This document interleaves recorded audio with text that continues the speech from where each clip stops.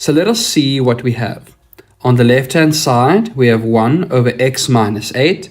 And on the right-hand side, we have x squared minus 5 over 8 minus x.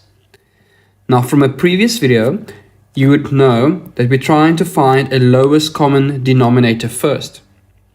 And normally, we would change 8 minus x to x minus 8 and apply the sign change rule to the numerator. But for this example, I would apply the sign change rule on the left-hand side to make the denominator 8 minus x and only have to apply the sign change rule on the negative 1. The reason why I want to do that is if I apply the sign change rule on the right-hand side, then I might miss changing negative 5 to plus 5. So let's do that now. We have negative 1 over 8 minus x is equals to x squared minus 5 over 8 minus x. And now we see that the denominators are the same.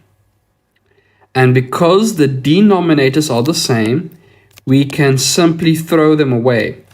Or what you can do is multiply everywhere by the same denominator and it will cancel out everywhere.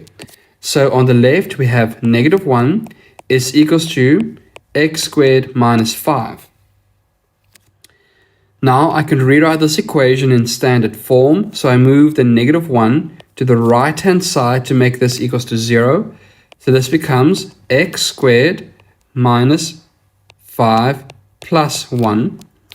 And if I simplify by adding like terms, I have 0 is equals to x squared minus 4, which I identify as a difference of two squares.